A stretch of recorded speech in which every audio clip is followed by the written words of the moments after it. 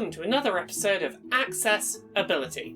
It's a show on YouTube where I talk about the video game industry, accessibility, and representation. Basically, how can we help more people to play games, and more people to see themselves in the games they play? A little over a month ago, in late April 2020, Sony released a State of Play presentation focused on Ratchet and Clank Rift Apart. The game is an upcoming action-adventure title, and the presentation focused mainly on story and overall gameplay mechanics like how do guns work, how can you move around the world. But if you freeze-framed little bits of the end of the trailer, you could get a glimpse at some of the accessibility settings coming to the game. A couple of weeks ago, Sony sent me an early review copy of Ratchet and Clank Rift Apart to have a look at for review.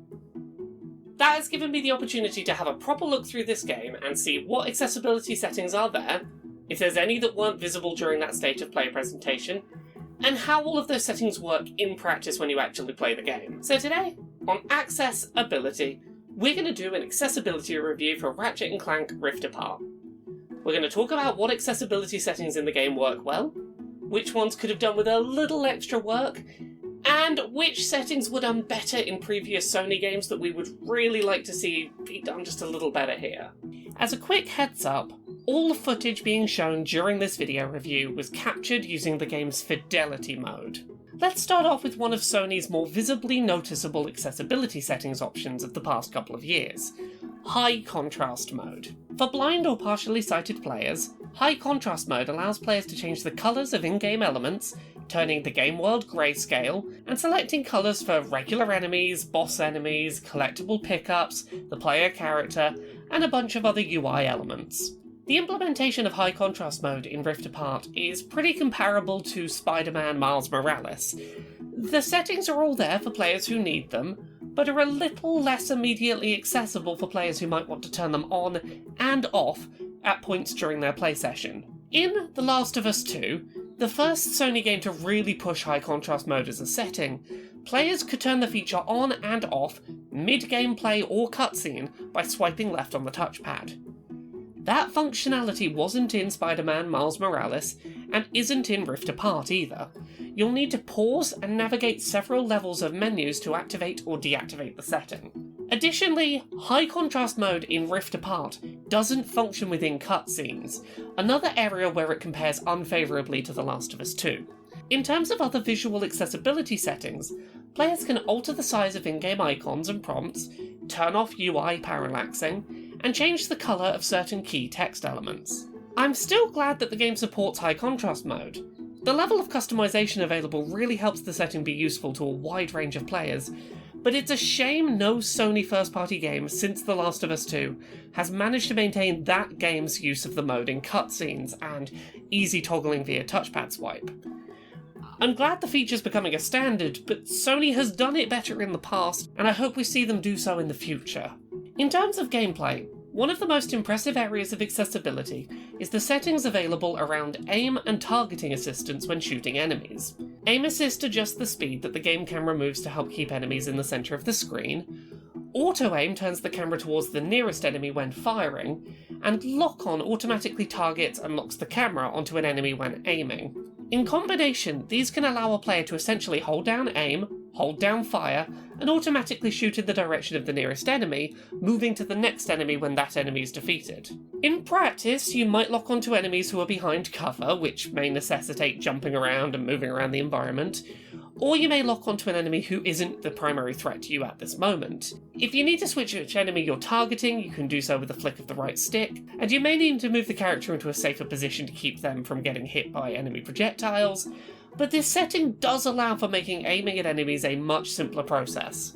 All accessibility settings in Ratchet & Clank Rift Apart work on all of the game's 4 difficulty modes, so if you're someone who might excel at dodging bullets but struggle to aim at the same time, you can toggle these settings on to help assist in aiming, while still having to manage dodges and jumps in combat. Additionally of note, the visual, audio and rumble feedback in Ratchet & Clank Rift Apart are impressive enough in practice that it's still a lot of fun to play through combat, even with all of these assists turned up to their maximum settings. It doesn't take the fun out of going through this adventure.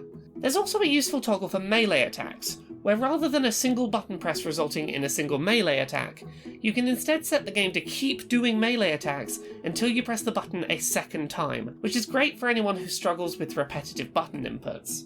While Ratchet and Clank Rift Apart makes amazing use of the DualSense controller's haptic rumble and adaptive triggers, some of the best use I've seen to date on the console. For players who struggle with those settings, the game offers a few ways to customise those features. Experiential is the default setting, giving players every sensation from gun recoil felt in the triggers to vibrations of footsteps on the floor.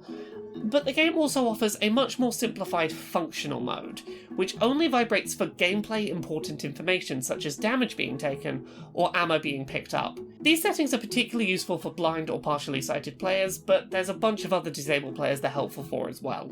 There is also a setting for turning rumble and adaptive triggers off entirely if you struggle with either of those in games. The subtitle options in Ratchet & Clank Rift Apart are pretty robust, with size, colour, speaker tag, background colour and opacity settings available.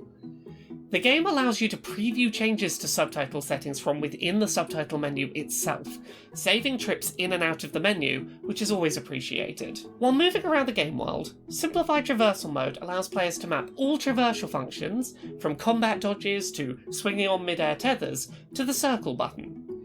While this feature largely worked well and did a good job of simplifying the game's control layout, I did once or twice encounter situations where pressing the circle button didn't do what I expected, such as activating hover boots while I was trying to grab onto a tether mid-jump. It's not perfect, but if you're someone who needs fewer buttons in your control setup, it works pretty well. As a frequently motion-sick player, I found the game's camera shake reduction setting really useful. I had an overall very smooth experience while playing through the game, helped a lot by additional camera stability. Additionally, the game features the option for a centre screen dot, turning off motion blur, turning off depth of field, and reducing other visual and full screen effects, which I ultimately didn't need to make use of, but they're there if your motion sickness is more acutely impacted by this game than mine. I will definitely keep these settings in mind, because if I come back to play this at some point while I'm tired, I might well need them. When traversing the world, some of the more useful settings in my experience included off-screen ledge guard, which, during combat, allowed me to back away from enemies in fights, safe in the knowledge I wouldn't accidentally back off a platform while focused on shooting.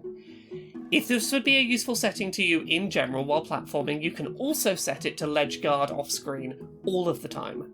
I also really appreciated the hover boot auto pump, which allowed me to get to my maximum traversal speed without a series of well-timed adaptive trigger pulls to get there. While I could usually manage the hover boot pumps myself in most situations, there were a few times where the game gave me very little room to get up to max speed, and this setting was a blessing. Additionally, I really appreciated the look at waypoint feature, which points the player as the crow flies towards their next major plot objective with a button press.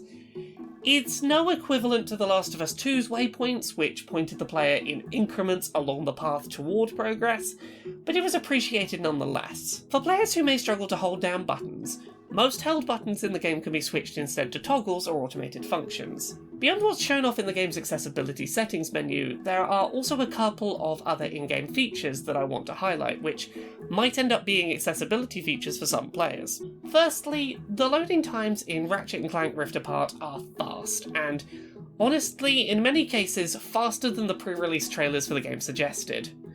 Hopping through portals to other worlds takes less than a second, and narrative moments of planet hopping are very tightly paced. For players with conditions such as ADHD who may find themselves distracted by lengthy in-game loading times, the super fast loading on show here should help to keep you engaged with the game, rather than distracted waiting to get back to playing. Additionally, Rift Apart contains occasional puzzle-solving sections involving reality-shifting orbs. While these puzzle sections are pretty well balanced, if you find you struggle with them, there is an option to skip those puzzles at any time. Having completed my first full playthrough of Ratchet & Clank Rift Apart, and now being several hours into my second playthrough, I'm overall really impressed with the level of accessibility settings on offer here. Sony has very clearly made an effort to push their first-party studios to have a consistent level of software accessibility, and this is a good thing for our industry overall. It's a shame that neither Spider-Man Miles Morales nor Ratchet & Clank Rift Apart have managed to capture some of the nuances of what made The Last of Us 2's accessibility as great as they were, there's things like the inability to swipe left on the touchpad to turn on or off high contrast mode. You're not using that function on the touchpad for anything, let us use it for high contrast mode. But even so, Ratchet and Clank Rift Apart is head and shoulders above pretty much anything that the other console manufacturers are doing with their first-party games in terms of software-level accessibility, and that's something we should be praising.